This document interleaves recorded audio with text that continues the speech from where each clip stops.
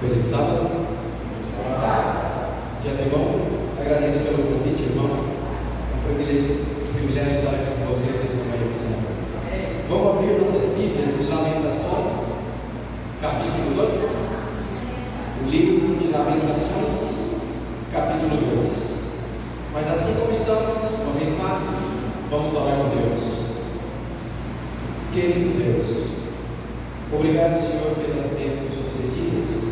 E neste momento, agradecemos por permitir que ainda pudéssemos estar assim como estamos, dentro do teu santo templo, e juntos aqui louvando e agradecendo o teu santo nome. Neste momento, tua palavra está sendo aberta. Capacite-nos, Senhor, para que nós possamos ler, entender e compreender. E que eu possa falar não de mim mesmo, mas que possa falar inspirado pelo poder do Espírito Santo, em nome de Jesus. E aqui vem dizendo, Lamentações 2, versículo 19: Instrua o povo a clamar e a orar fervorosamente a Deus durante a noite, derramando o coração como águia e levantando as mãos em súplica pela vida dos seus filhos, que estão morrendo de fome nas ruas. Ele é um chamado à oração em meio ao trajeto, refletindo a destruição de Jerusalém e a dor do povo. Mas aqui ela menciona: súplica pela vida dos filhos. Instrua o povo a clamar fervorosamente. E isso, essas orações, essas súplicas, elas vêm em todos os sentidos. O tema do sermão desta manhã de sábado poderia ser uma mãe de oração, poderia ser mães fervorosas, poderia ser mães preocupadas com a educação dos filhos, mães por excelência, perseveram na oração. Mas qual é o significado da palavra excelência? E eu trouxe para vocês a qualidade superior de algo ou alguém indicando grande bondade ou perfeição. Mas a Bíblia também diz que os filhos são a herança do Senhor. Ela mais menciona que um dia teremos que dar conta a Deus dos nossos filhos. Um dia teremos que estaremos diante do tribunal de Deus, aonde estão os filhos que destes. É claro que uma família cristã, quando tem um filho, quando tem um neto, quando eles nascem, a primeira coisa que vem à mente é trazer na igreja para ser consagrado ao Senhor. E ao longo dos anos, as mães, os avós, eles têm a incumbência de educá-los nos caminhos de Deus. Mas talvez chegará um momento em que os filhos ou os netos, estando após uma certa idade, eles não mais vão querer estar dentro da igreja. Isso acontece em muitas igrejas. Isso aconteceu na minha casa comigo e as minhas irmãs. Nós nos afastamos, mas nascemos dentro da igreja. Nascemos e crescemos com princípios e valores. Ellen White também diz que quando um filho nasce e ao menos até os 7 anos ele permanece dentro da igreja, e um pouco mais à frente, saindo com 8 anos de idade, ele deixa de estar na igreja. Mas Ellen White diz que já consigo tudo aquilo que ele aprendeu desde quando nasceu, desde quando entrou na igreja pela primeira vez, porque o Espírito de Deus segue trabalhando na vida e no coraçãozinho daquela pessoa. Amém. Mais cedo ou mais tarde, tendo ele a oportunidade, ouvirá a voz do Espírito de Deus na sua mente, em seu coração. E muitas das vezes, pela insistência, a persistência, a nunca desistir de orar pelos filhos, eles retornarão. Mas Ellen White também diz que a última obra intercessora de Jesus Cristo no santuário celestial será enviar os anjos para que toquem na mente do coração daqueles filhos que por um motivo ou outro se afastaram dos caminhos de Deus, para que eles tenham a última oportunidade de voltar. Será a última obra intercessora de Jesus Cristo no santuário celestial. Após este momento, nós conhecemos a história, nós conhecemos as profecias nós já estamos percebendo a união das igrejas, o decreto dominical, e aí, em meio a esse termo todo, esse turbilhão todo, fecha-se a porta da graça. Quem está salvo, está salvo. Quem está perdido, está perdido. E não importa se a mãe é de sangue ou não importa se a mãe é de sangue ou sua mãe de coração, mas que criou aquele filho com amor, com carinho, também podia ter dado contas a Deus. Eu me lembro que minha sobrinha agora fez 11 anos, mas quando pequena, o tamanho daquela criancinha que está ali, até menor, toda vez que eu ia de Romana para lá, ela queria dormir na casa da minha mãe, que é a avó dela, porque eu brinco muito com crianças.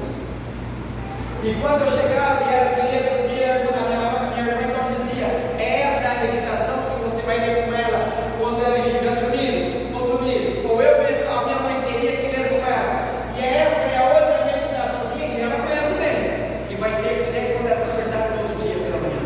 A minha irmã só tem essa filha, mas ela sempre se preocupou e continua se preocupando na educação da filha para essa terra e para as mansões celestiais. Como podem as mães ser vitoriosas na criação de seus filhos?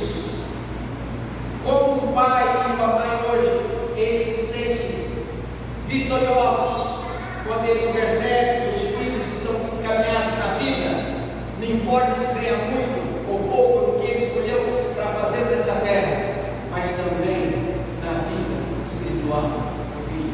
Isso sim são objetivos, são metas, são sonhos alcançados pelos pais, das quais eles observam os filhos encaminhados. As mães não conseguirão as vitórias indispensáveis se forem negligentes. A oração é primordial, e às vezes nós falamos tanto de oração, mas em casa nós não fazemos orações. Mas eu gostaria de lembrar também, há alguns anos atrás, a igreja insistia muito, e a White era muito clara no livro Evangelismo. Cada ação, cada coisa que nós fazemos requer um tipo de oração diferente. E isso nós, como seres humanos e como cristãos, nós temos que ter discernimento e saber. Eu vou na casa do irmão, por exemplo, para almoçar, e ele me pede que eu faça a oração para o almoço. Eu não tenho que fazer oração por muitas outras coisas. Aquele momento específico é oração pelo almoço. Se eu tenho o costume de ir na casa de alguém e quando saio, vou me despedir daquelas pessoas, normalmente os pastores, diáconos, missões fazem isso. Eu oro por aquela família em especial. É isso que eu tenho que estar fazendo. E muitas das vezes eu não tenho que fazer orações compridas. A oração precisa ser clara, curta e objetiva. E muitas das vezes as pessoas vêm na igreja, cada um tem uma função diferente. Ela vem para cantar, antes do pregador. E muitas das vezes acontece, ela canta, mas ela acaba pregando mais do que o próprio pregador que vai vir. Então cada um tem sua função naquele momento. Eu deixo uma dica aqui para vocês. Isso não se faz mais, mas é só uma dica. Estou puxando a orelha de ninguém. Sempre quando vem a pessoa na frente da igreja, a primeira, quando vem, faz a primeira oração, essa sim dá o bom dia. Ela deu o bom dia, já é suficiente. Muitas das vezes os irmãos precisam de vir antes, porque 9 horas eles sabem, 15 para as 9 eles sabem que começa o cântico, não é mesmo? Antigamente a igreja fazia muito isso, ela insistia muito nessa parte. Então ela tem 15 para as 9, faz a oração e começa o serviço de cântico. Mas tem muitas pessoas que chegam depois das 9, a proclamação já está ocorrendo, e ela chega e vai cumprimentando umas às outras e tirando a atenção. Isso é que o inimigo deseja. E eu vou pegar só, não é puxando a orelha da irmã, é só um exemplo também. Hoje, após cantarmos agora o livro do culto, a irmã foi fazer oração. Ela chegou e deu bom dia. Está errado. Mas só o bom dia que a irmã deu para as pessoas, aquele clima da música, para o joelho e a oração, já quebrou aquele momento. É por isso que o bom dia é que às vezes a gente, na educação, a gente quer dar bom dia o tempo todo, mas não. O bom dia se dá quando começa e acabou. Aí cada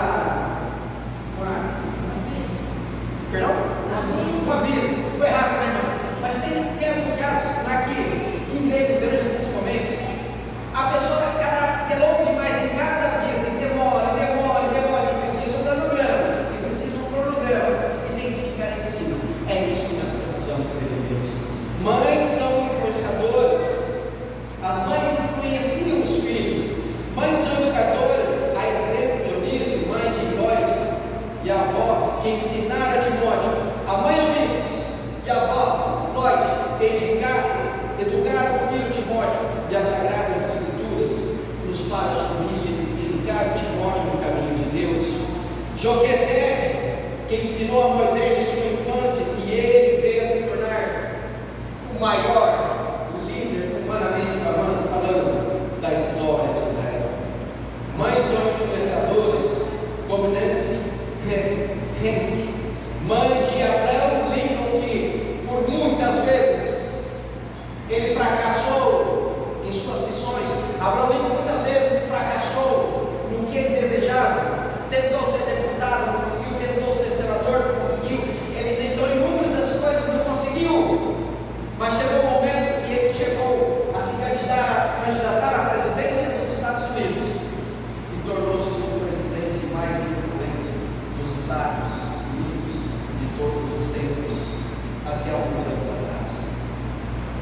Hoje, segundo alguns especialistas, algumas pessoas que analisam o meio político do mundo todo, Globo News e enfim, outros mais, elas estão dizendo que o presidente atual dos Estados Unidos, Donald Trump, é o presidente mais influente e é hoje o presidente mais poderoso dos Estados Unidos de todos os tempos que houve. Pelo poder que esse homem tem nas mãos hoje, o Congresso Nacional, o Senado Federal e o Supremo Tribunal Federal estão juntos com Donald Trump. O homem que, quando foi eleito, toda a sua equipe se ajuntou e cantou: Senhor meu Deus, como eu estou maravilhado. Louvaram a Deus. Um homem que não guarda o sábado, mas a Bíblia também menciona de líderes, de reis, que Deus usou para que o povo fosse encaminhado. Precisamos de mães educadoras, de mães que investam tempo no ensino da palavra dos seus filhos. Ser mãe é exercer um grande e sublime e influente ministério. Nós temos alguns exemplos como Ana, esposa de Orcana, que educou o filho Samuel. E o interessante é que os filhos que ele até então, naquele momento, Ofni e Finéias. Ofni e Finéias, filhos de um sacerdote, que não tinha voz para colocar freios em seus filhos. A Bíblia menciona que Ofni e Finéias eram magos, eram sacerdotes.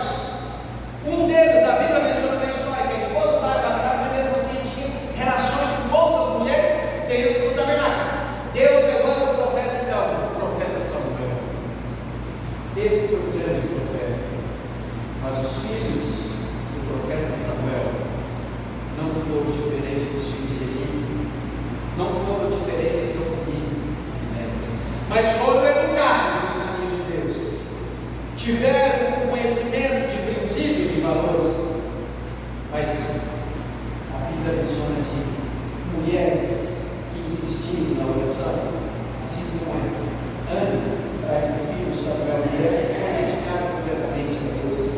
Necessitamos de mães piedosas que exerçam influência, e muitas das vezes os filhos não fazem o que os pais mandam fazer, mas eles fazem o que os pais fazem. Eles se espelham nos pais. Tem algumas crianças pequenininhas que acompanham seus avós, já estão meio cansados, já não conseguem caminhar direito, porque as crianças pequenininhas acham até engraçado e começam a caminhar iguais os avós estão caminhando. Às vezes não obedecem o que você fala, mas fazem o que você está fazendo. Alguns pais brigam com os filhos, colocam cigarro na boca e dizem que é muito mal, mas o pai continua fumando. Eu fumo, eu não estou bem, eu sei disso, mas eu não quero isso para você, mas o filho não importa. Ele está vendo o pai fumando, ele está vendo o pai bebendo. E é isso que ele quer fazer. Mães conquistam o coração dos seus filhos para Jesus por meio da oração. Não importa se são solteiros ou casados, se estão perto ou estão longe, continuem orando. Mães jovens,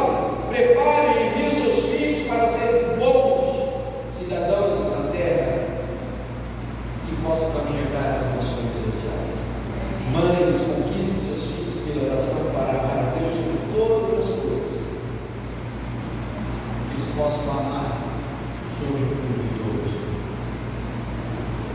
Um pastor escocês, Peter Marshall, que tornou-se um influente capelão no Senado americano, e ele viveu de 1902 a 1949. Ele se tornou um grande pastor e influenciador.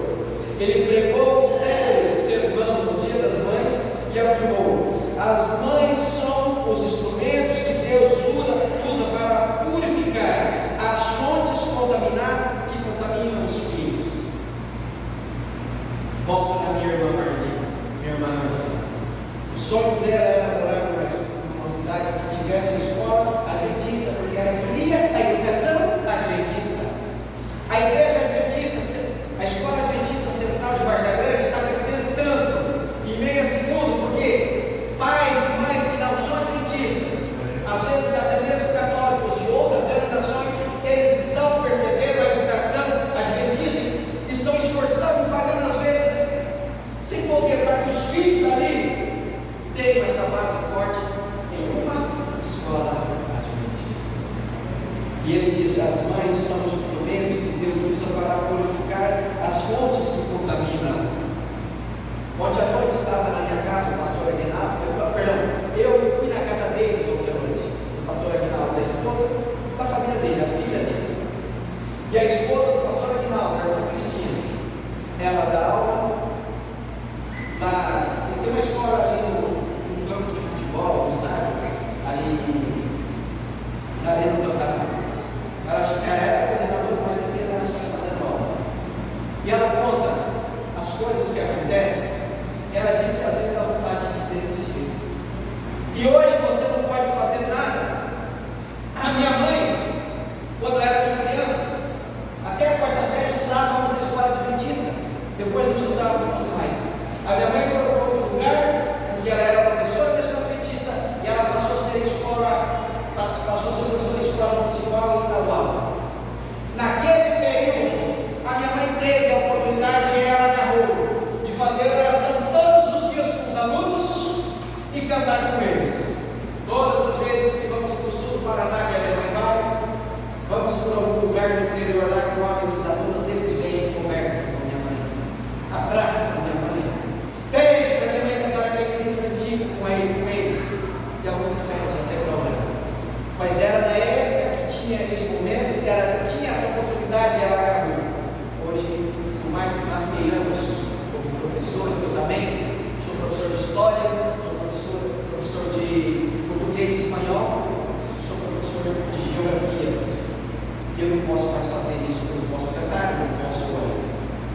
Então a Cristina, esposa do pastor Aguinaldo, ela estava dizendo qual é difícil educar. Na nossa época, aqueles mais velhos, os pais enviavam os filhos na escola para buscar o quê? Conhecimento. A educação vinha da onde? Vinha da casa. Hoje, nessas escolas do mundo, os professores estão tendo que ensinar educação primeiro, para depois ensinar valores. E quando o professor ou alguém fala algo, o outro tem que ir na direção. O ano passado aconteceu um fato, a editora, minha irmã mais velha, Marlina, ela certa sala, chegou na sala da diretora dela, da escola dela, se alguém falar que eu disse, é verdade, eu falei mesmo. E ela já não está querendo mais dar aula. Mas eu fiz esse sermão todo para chegar num momento especial. A minha tia Cida, 1980 se mudaram para a cidade de Aripuanã. Até hoje ainda tem um pouco de dificuldade para chegar lá. O asfalto ainda não está completamente terminado. As pontes estão sendo construídas. Então, a minha tia Cida e o Jorge chegaram ali em 1980 com os dois filhos mais velhos, o Fred e o Bruno. Chegando ali, como cristã, uma das pioneiras da igreja adventista ali de Aripuanã, sempre foi o cérebro daquela igreja, pregando nas escolas por onde ela passava, que era estadual, depois passou a federal,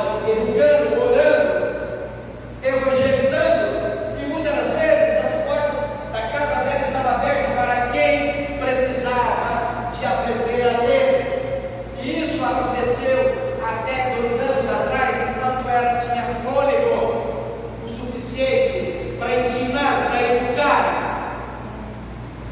No dia 7 de outubro de 2023, estando ela aqui no hospital de Cuiabá, eu fui visitar após haver feito uma cirurgia. Havia retirado o estômago dela por conta do câncer. Sorridente, com expectativas de vida, orando a Deus sempre para que Deus desse a ela alguns anos de vida a mais, igual foi dado ao rei de Israel, o rei Ezequias, ao outro rei antes, 15 anos de vida a mais, sempre com a Bíblia do lado, sempre orando pela igreja de Aripuanã, pela família pastoral de Aripuanã e pelos 6 filhos que ela teve, 5 homens e uma mulher. Os educou no caminho, nos caminhos de Deus. 2 de seus filhos se tornaram pastores. Alguns dias atrás, aqui no hospital, após ficar 1 ano no Paraná, entre Foz do Iguaçu, Cascavel e Terra Roxa, de Foz do Iguaçu vinha para Cascavel, de Terra Roxa vinha para Cascavel, para fazer quimioterapia. Sentindo uma repentina melhora, os médicos disseram que ela poderia vir para Mato Grosso. Passou pela minha casa e foi para Aripuanã. E ali a piora foi repentina, precisava de se fazer a quimioterapia, eles não conseguiram. Meu primo veio na quarta e chegou na quinta para agendar a quimioterapia, e ela veio na quinta, chegou na sexta, porque só poderia vir de avião, teria que estar no dia seguinte, na segunda seguinte no hospital, para encontrar a história. Ficou 10 dias no hospital e cada dia piorando mais. Os três últimos dias da vida da tia Cida naquele hospital ali, ela não conseguia mais abrir os olhos. Eu estava em Rondônia nesse dia especial, cheguei na quinta-feira, e um de seus filhos, o Thiago, veio de Santa Catarina para fazer a opção da própria mãe da tia Cida. A situação era complicada, mas poderíamos dizer que um filho teve o privilégio de fazer a opção da mãe, ou vice-versa, a mãe, sabendo que estava há poucos dias prestes a morrer, teve o privilégio de um dos seus filhos, que a educou nos caminhos de Deus, se tornou pastor adventista, agora veio para ungí-la. As visitas estavam liberadas, das 8 da manhã até as 8 da noite, porque ela tinha poucos minutos. Um dos seus filhos, o segundo, o Rudy, professor da universidade no Amazonas, veio e ficou alguns dias, mas ele precisava de retornar, porque era professor e coordenador de um dos cursos lá em Manaus. Então a tia Cida já não abriu os olhos mais, e ele precisava de falar com ela. Baixinho, aí vai até o ouvido da tia Cida e diz: todos eles chamam os pais de mamãe e papai, até hoje. Então ele disse: mamãe, eu preciso de ir. O ano está terminando e eu tenho compromissos lá. Sabendo ele que a tia viveria muitos dias mais, ele disse: eu queria que a senhora soubesse, mamãe, se eu for, Deus permitir que a senhora descanse, eu quero que a senhora saiba que eu estou preparando para abraçar a senhora quando Jesus voltar e tocar a trombeta, o último toque da 7ª trombeta. A Bíblia fala que os que morreram em Cristo ressuscitará primeiro. Mamãe, se eu estiver vivo nessa ocasião, quero ser transformado. Primeiro, a senhora vai conhecer o seu anjo da guarda, e desde o momento que a senhora foi gerada na barriga da sua mãe, mamãe, ali foi designado um anjo para a senhora, e enquanto a senhora estiver respirando, enquanto o coração da senhora estiver pulsando, a senhora terá um anjo. E se Deus permitir que a senhora descanse, mamãe, quando a senhora despertar, o anjo estará ao seu lado, a senhora irá conhecer. Eu quero me encontrar. Eu não estava no momento, mas errava. E minha mãe disse que a tia Cida, ali, por alguns segundos, ela conseguiu abrir um dos olhos, olhar fixamente para o filho, para o lado da parede, para o lado do filho, e fechou novamente. Ele beijou e se despediu. Fernando, outro filho dela, que estudou teologia, quis ir para o ministério, é um dos servos da igreja, quando ajuda os pastores lá em Paraná. Fernando fez teologia, fez até um mestrado fora do Brasil, em Monte Morelos. O Fernando ficou à noite cuidando. Rude veio para minha casa, a Catânia. De madrugada levei o Rude para o aeroporto pegar. No outro dia, quando foi 1h15 da tarde, a minha turma recebe a ligação. E pela ligação, aos prantos, sabíamos que a tia Cida ia falecer. O que eu tento adivinhar ou entender foi o que passou na mente da minha tia quando o filho dela, o Rude, disse: mamãe, se Deus permite que a senhora descanse, eu não estarei aqui, quero vê-la nas nações celestiais. Ali eu tenho certeza que a minha tia quis dizer algo para o meu primo, mas não pôde dizer, porque nem o braço ela conseguia meter. Os olhos não abriu, mas por um instante ela abriu um dos olhos e fechou. Isso bastou para que eles entendessem ou entenderem que ela morreu com o Senhor. Descemos aquele dia, já fazíamos uma noite, dormíamos. Meu primo Tiago, que veio para Lugila, após ficar sabendo da morte, vai de Joinville para Curitiba e pega o voo novamente para cá. Esperamos ele no aeroporto, 1h30 da manhã, para amanhecer sexta-feira. Descemos 1.000 quilômetros para Aripuanã com 3 carros. Chegamos em Aripuanã à tarde, o corpo da tia ainda não havia chegado.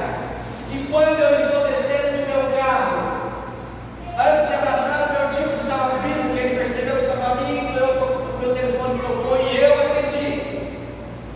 Um amigo meu, que eu trabalhei com eles 14 anos em Rondônia, o Jaime Remédio, me ligou e disse: Marquinho, você ficou sabendo o que aconteceu com o Geraldinho? Eu disse: não. O que aconteceu, Jaime? Ele falou: não sabemos bem o que foi, mas houve um acidente e ele morreu de novo. Quem é o Geraldinho, irmão? Geraldinho, quando eu cheguei em Rolim de Moura, em 1997, ele já não era mais pastor da igreja adventista.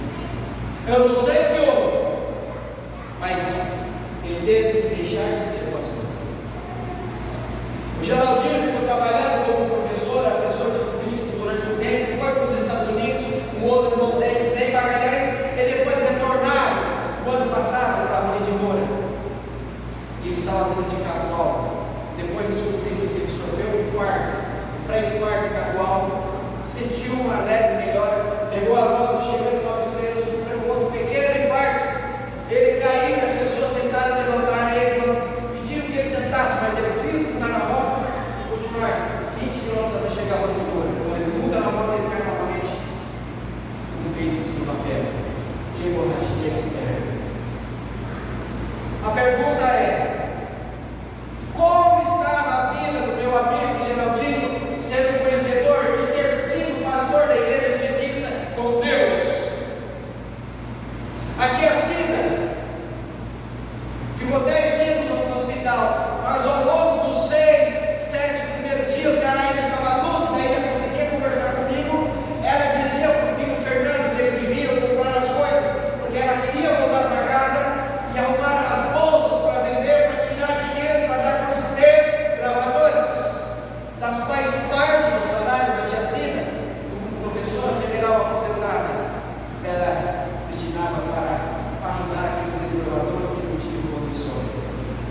A tia Cida, irmã, morreu pensando em sempre estar ajudando o próximo.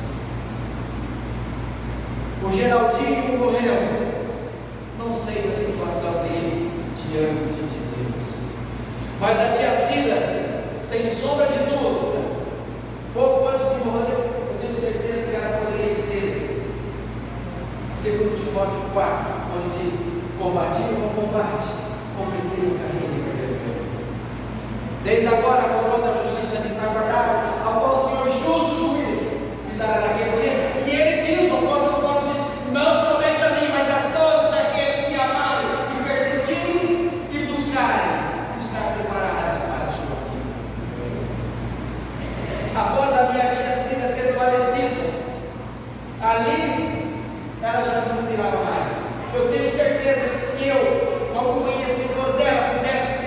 nome dela na galeria de heróis da fé, de obreiros como eu poderia fazer.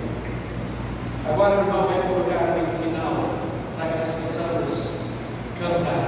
Mães, preparem seus filhos para serem verdadeiros adoradores do Senhor. As mães que oram, invejam de seus filhos e a grande recompensa no final da luta. Provérbios 38 diz: afirma que os filhos de uma mulher virtuosa se levantam e chamam de bem-aventurada ou abençoada é aquela mãe. E aí, Provérbios 22, versículo 6: ensine, instrua a criança no caminho que deve seguir. Ela está de costa para mim conversando lá, mas ela está ouvindo. Muitas das vezes, os pais estão com os filhos conversando algo especial e as crianças com aquela garantia está lá. Mas de repente fala algo que interessa, a criança se vira na hora para conversar com você. O que está acontecendo? Mesmo daquele jeito que ela não quer esteja dentro dele. Instrua a criança no caminho que deve seguir. E aí diz: venha, quando venha, não se desviar. Possa ser que venha desviar, mas mesmo desviando, o Espírito de Deus incessantemente vai estar tocando na mente e no coração dela, porque haverá um momento, o julgamento de Deus, e quando isso acontecer, e quando estivermos lá nas mansões celestiais, e queremos quantos anos para analisar os livros de registro? 1000 anos. Lá talvez você vai dizer: fulano de tal está aqui, e por quê? Outra pessoa que você acreditava que não estaria lá, então, mas o que aconteceu? Por que essa pessoa veio? Nós vamos ficar em pé agora e vamos cantar no final, que nós possamos meditar na letra desse livro e nos preparar para a volta de Jesus.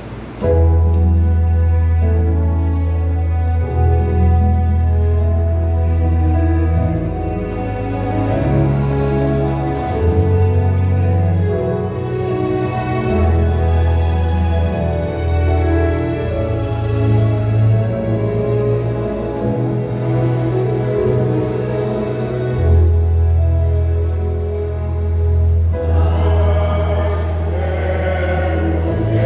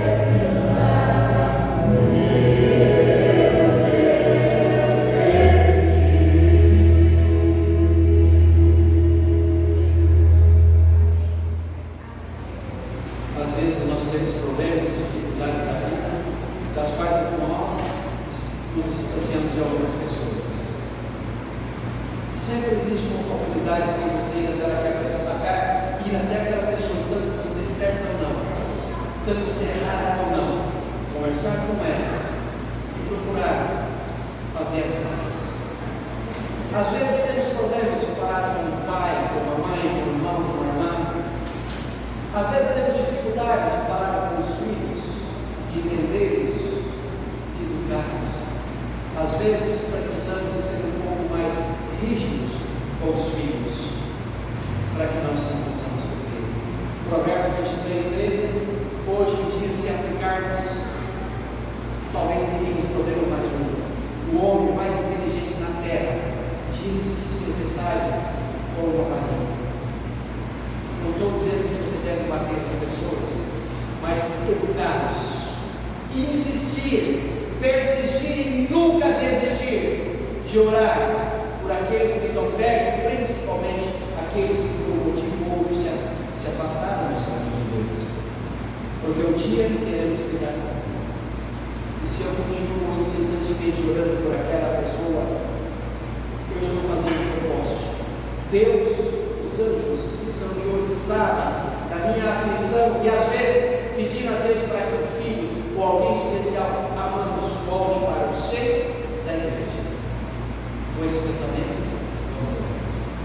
Querido Deus, muito obrigado, Senhor, por este momento especial, aonde estudamos, ali onde o livro de Lamentações, capítulo 2, nos ensina que nós deveremos insistir, persistir e nunca desistir de orar por aqueles que amamos, seja em momentos de dificuldade, como naquele momento ali, que foi escrito naquele livro, mas também seja em momentos de alegria.